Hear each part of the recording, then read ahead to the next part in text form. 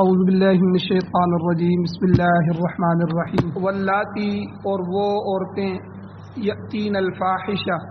جو بے حیائی کا کام کریں من نسائکم تمہاری عورتوں میں سے فاستشہدوا پس تم گواہ لاؤ علیہن ان پر اربعۃ چار منکم اپنے میں سے اپنوں میں سے چار گواہ عینی گواہ ہوں وہ گواہ لے کے آؤ فَإِن شَهِدُوا پس اگر وہ گواہ گواہی دے دیں تو عورتوں کی سزا یہ ہے کہ فَأَمْسِكُوهُنَّ فِي الْبُيُوتِ پس ان کو روکے رکھو گھروں میں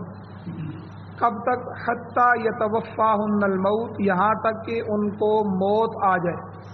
یہاں تک کہ ان کو مار دے موت یعنی موت کا وقت آ جائے موت تک عمر قید ان کے لیے ہے او یجعل اللہ لہن سبیلا یا اللہ تعالیٰ بنا دے ان کے لیے کوئی اور راستہ اور دوسرے نمبر پر واللذانی وہ دو مرد یأتیانہا جو بے حیائی کا کام کرتے ہیں منکم تم میں سے فآذوہما پس تم ان کو ایذا پہنچاؤ فإن تابا پس اگر وہ توبہ کر لیں دونوں واصلحا اور اصلاح کر لیں فَأَعْرِضُوا عَنْهُمَا پس تم پھر ان دونوں سے اعراض کرو پھر انہیں کچھ نہ کہو ان اللہ کان توابا الرحیما بے شک اللہ تعالیٰ توبہ قبول کرنے والا ہے اور مہربان ہے سورۃ النساء کی آیت نمبر 15 اور آیت نمبر 16 آپ نے ترجمہ سماعت فرمایا ان دونوں آیتوں کا درس کا پہلا حصہ کل گزر چکا ہے جس میں یہ بھی بتایا تھا کہ جو انسانی معاشرہ ہے انسانی سوسائٹی ہے اس کی بنیاد دو چیزوں پر ہے ایک تو مال ہے اور ایک ربط ہے تعلق مال میں ہر چیز ہر مال جو ہے وہ حلال ہونا چاہیے اللہ تعالیٰ نے حلال مال کمانے کی اور حرام مال کمانے کی تمام صورتیں بیان کر دی ہیں اور ان میں سے جو حلال ہے اس کی ترغیب دی ہے اور حرام سے بچنے کے لیے بھی اللہ تعالیٰ نے حکم دیا اور اسی طرح دوسری چیز انسانی سوسائٹی اور معاشرے کی بنیاد یہ ربط اور تعلق ہے اور اس تعلق میں سے سب سے پہلا تعلق میاں بیوی کا آپس میں بنتا ہے مرد اور عورت کا بنتا ہے اگر یہ تعلق جائز طریقے سے ہو یعنی نکاح کے ذریعے ہو تو یہ سوسائٹی کے لیے اچھا ہے اور اس کی آبادی کی صورت بن رہا ہے لیکن اللہ نہ کرے اگر یہ فحاشی کے راستے سے تعلق بن جائے زنا کے ذریعے بن جائے غلط طریقے سے بن جائے تو پھر یہ پوری سوسائٹی اور خاندان اور اپنے والدین اور ہر ایک کی بدنامی کا سبب بنتا ہے اور یہ معاشرے کے توڑ کا سبب تو اس لیے اللہ تعالیٰ نے یہاں جو ہے اس کا حکم بھی بیان فرما دیا کہ اگر تمہاری عورتوں میں سے کوئی عورت زنا کر دیتی اور اس کے لیے پھر چونکہ تعزیر بڑی سخت ہے عمر قید کی سزا ہے تو سزا جب سخت ہو تو تحقیقات بھی سخت ہونی چاہیے گواہ بھی سخت ہونے چاہیے تو کیونکہ ایسا نہ ہو کہ کوئی تھوڑی تھوڑی بات پہ الزام لگا لے اور اس کو پھنسا دے اور تھوڑی تھوڑی بات پہ آپس میں نوک چوک ہو اور وہ غلط الزامات جو ہیں وہ جا کر لگائے اور بغیر گواہوں کے اس کو سزا مل جائے ایسا نہیں ہے اللہ تعالیٰ نے فرمایا کہ واللاتی یأتین الفاحشہ جو عورتیں فاحشہ کام کریں بے حیائی کا ارتکاب کریں زنا ان سے ہو جائے من نسائکم تمہاری عورتوں میں سے یعنی مسلمان عورتوں کا یہ مسئلہ بیان ہو رہا ہے کافر عورتوں کا مسئلہ نہیں ہے مسلمانوں کے لیے جائز ناجائز حرام حلال ہے کافر کی تو دنیا جنت ہے اس کے لیے تو آخرت کا قید خانہ ہے تو اس لیے مسلمان عورت سے اگر یہ برائی ہو جائے گناہ ہو جائے تو اللہ تعالیٰ نے فرمایا فَاسْتَشْهِدُوا عَلَيْهِنَّ أَرْبَعَةً مِّنكُمْ تو تم چار گواہ کھڑے کرو آپس میں جو عینی گواہ ہوں جو یہ کہیں کہ ہم نے یہ خود دیکھا ہے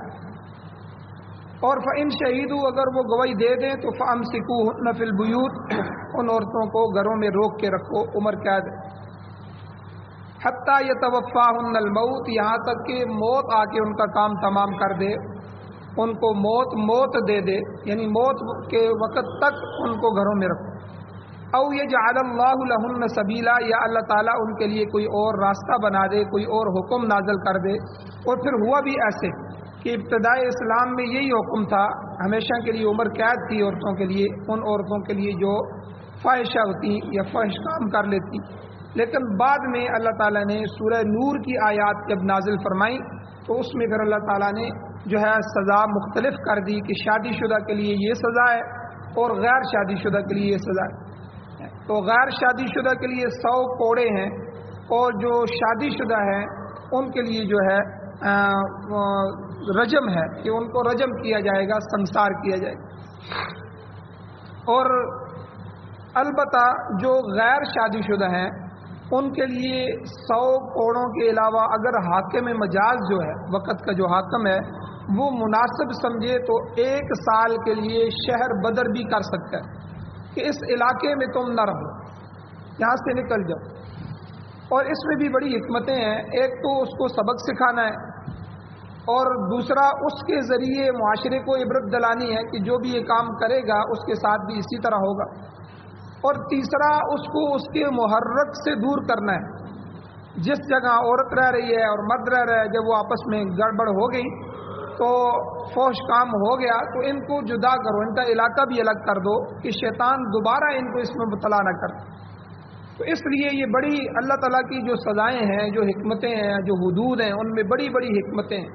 ہم نہیں جانتے اور اللہ تعالیٰ کو بیان کرنے کی ضرورت بھی نہیں تھی، کیونکہ جو بڑا ہوتا ہے وہ حکم دیتا ہے. وہ اپنے حکم کی علتیں بیان نہیں کرتا کہ میں یہ حکم اس وجہ سے دے رہا ہوں، بلکہ جو والدین ہوتے ہیں گھر میں وہ اپنے بیٹے کو کہتے ہیں جو یہ کام کرو. اب بیٹا آگے سے پوچھنا شروع کر دے آپ نے کیوں کہا ہے، اس میں وجہ کیا ہے، اس میں حکمت کیا ہے، اس کی علت کیا ہے، اس کی کیوں ضرورت پیش آئی ہے، تو یہ والد کی بے ادبی تصور ہوتی ہے. بھائی ہم نے تمہیں حکم دیا ہے جا کے کام کرو. تو اس طرح اللہ تعالیٰ احکم الحاکمین ہے، بڑے ہیں. تو اللہ تعالیٰ نے قرآن مجید میں بے شمار جو حکم نازل فرمائے ہیں، کسی نہ کسی حکم کے ساتھ اللہ نے خود علت بھی بیان کر دی،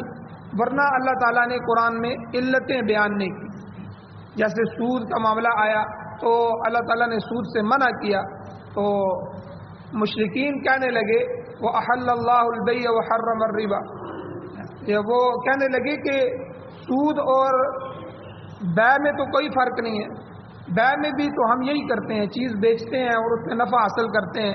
اور سود میں کیا کریں گے، چیز نہیں بیچیں گے، پیسے دے دیں گے، پیسوں سے نفع حاصل کر لیں گے، دونوں تو ایک ہی چیزیں ہیں.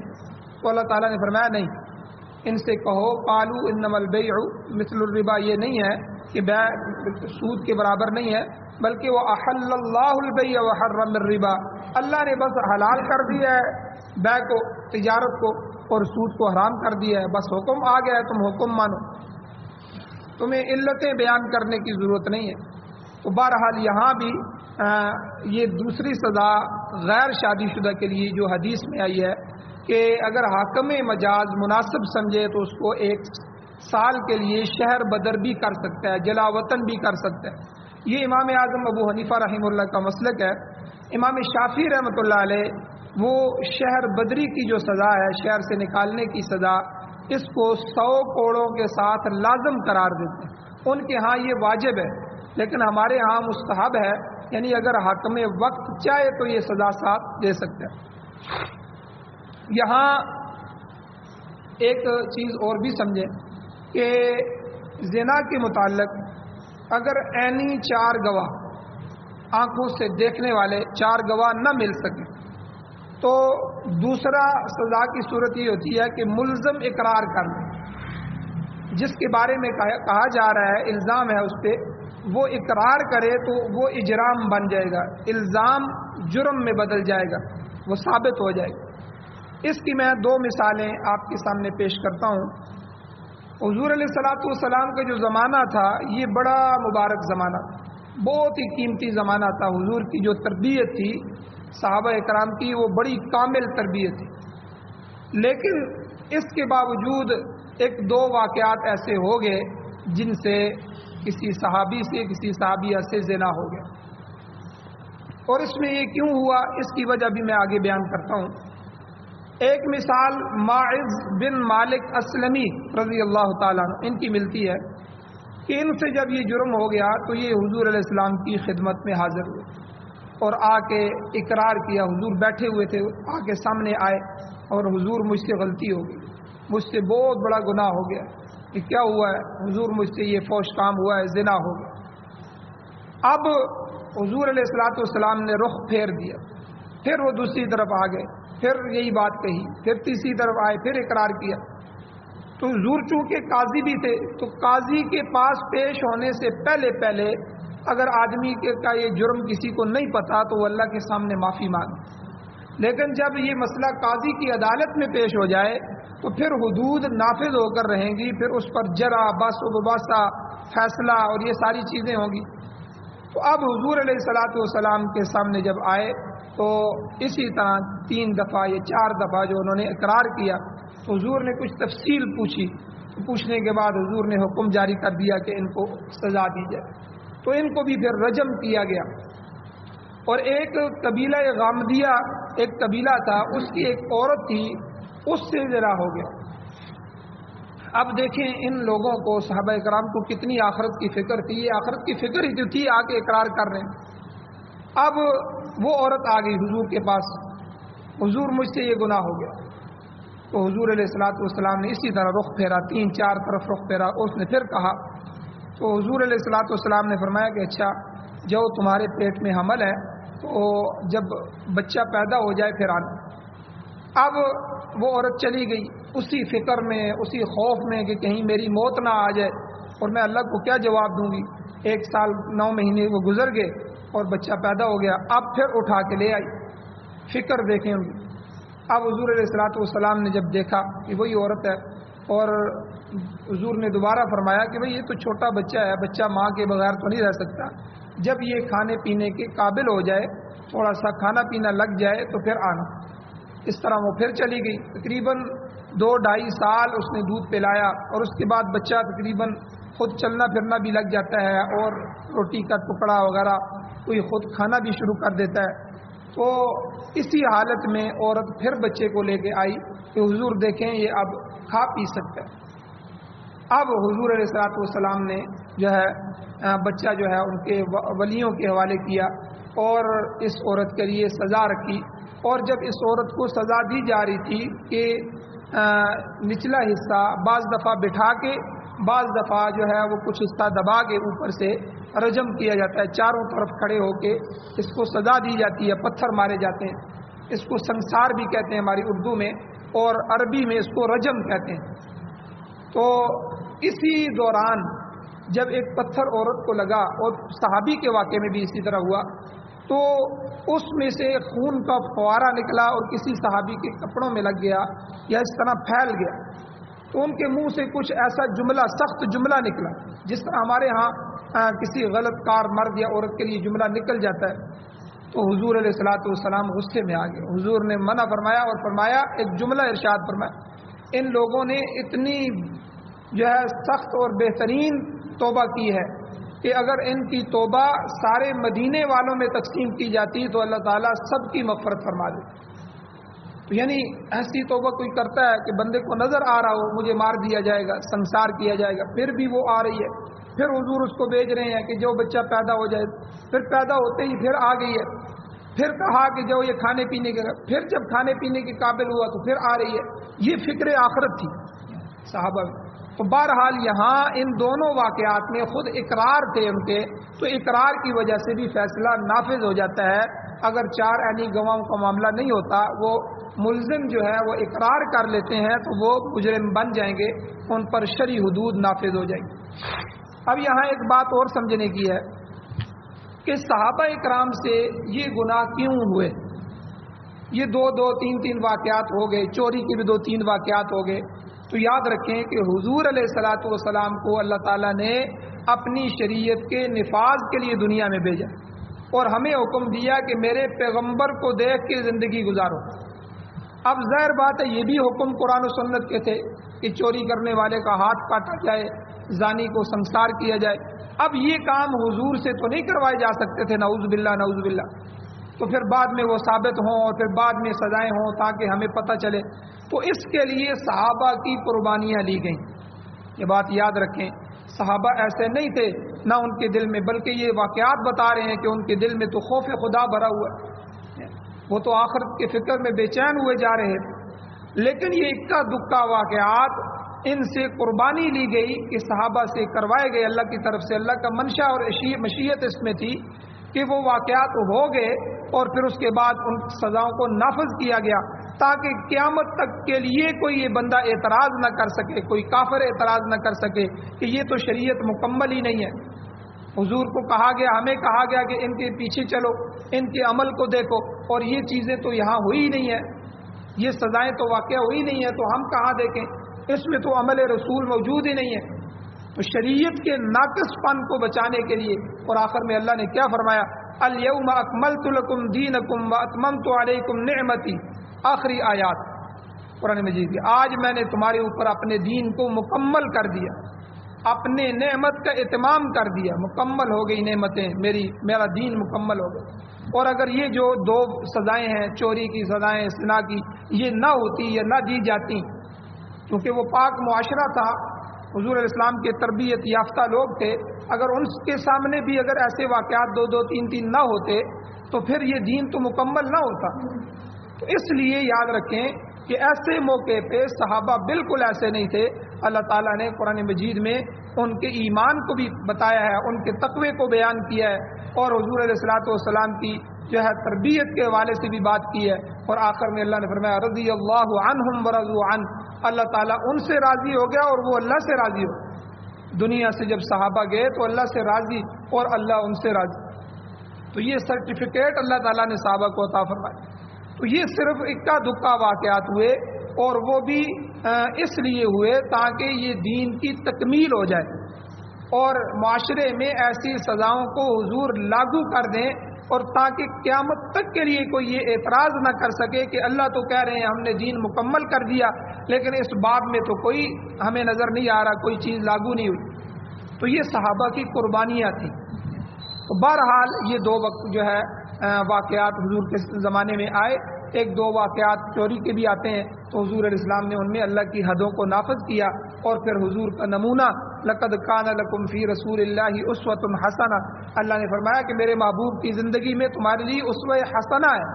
بہترین مثالیں، بہترین نمونہ ہے۔ تو یہ نمونہ بھی اللہ تعالیٰ نے صحابہ کی قربانی کے ساتھ پورا فرما دیا، اور اس میں بھی ہمارے لیے اسوہ حسنہ وہی ہے کہ آج بھی اگر اسلامی معاشرہ قائم ہو جائے اور قاضی اسلامی ہو جائیں اور خلیفہ وقت خلافت اسلامی آ جائے، تو آج بھی یہی سزائیں دی جائیں گی، یہ انگریزی سزائیں نہیں چلیں گی جو ہمارے معاشرے میں انگریزی قوانین چل رہے ہیں، اسکولوں میں انگریزی تعلیم چل رہی ہے، اور ہمارے لباس معاشرت میں ہر چیز انگریزی چل رہی ہے، تجارت وغیرہ میں اصول سارے انگریزی ہیں۔ تو یہ انگریزیت ختم ہو جائے گی اور اسلامیت آ جائے گی، اسلام آ جائے گا۔ تو بہرحال ایک بات تو، ایک گناہ تو وہ تھا جو معاشرے کو خراب کرنے والا، کہ مرد اور عورت کے درمیان غلط تعلق، یہ تعلق تو ہونا ضروری ہے اور اسی سے نسل آگے بڑھے گی، لیکن اس تعلق کا صحیح طریقے سے ہونا ضروری ہے، یعنی نکاح کے ذریعے۔ اور اگر غلط طریقے سے ہوگا، غلط طرح ہوگا تو معاشرہ خراب ہو جائے گا۔ ہر گھر میں یہ کہانی ہو، جس طرح یورپ کی میں نے کل بھی مثال دی تھی، تو وہاں تو پتہ ہی نہیں چل رہا ان کو کہ یہ اولاد کس کی ہے۔ تو اور ایک ایک مرد جو ہے وہ کئی عورتوں کے ساتھ، اس کے گرل فرینڈ کیا کہتے ہیں، اور اسی طرح جو ہے ایک عورت، اور ان کے کوئی معاشرے کے اندر کوئی اصول ہی نہیں ہے۔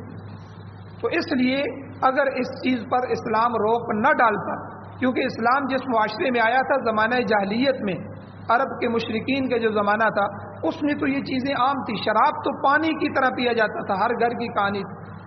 اور اسی طرح سود در سود جو ہے وہ معاشرے کا حصہ تھا، اور زنا یہ تو ہر گھر کی کہانی تھی۔ تو اس لیے یہ وہ معاشرتی برائیاں ہیں، اخلاقی برائیاں ہیں کہ اسلام نے آ کر ان کو جڑ سے کاٹ دیا اور ان کو ختم کر دیا، اور پھر حدود اللہ بیان کی گئی۔ تو یہ اسلام کا حسن ہے کہ اسلام نے قیامت تک کے لیے آنے والے انسان کے لیے ایک مضبوط قوانین فراہم کیے۔ تو اسی لیے یہ قرآن اور سنت، نبی علیہ السلام کے احکامات، تو یہ قرآن و سنت جو ہے یہ ہمارے لیے دلیل ہیں، اور یہی ہمارے لیے ضابطۂ حیات ہیں، زندگی گزارنے کے اصول اور آئین ہیں، طریقے ہیں۔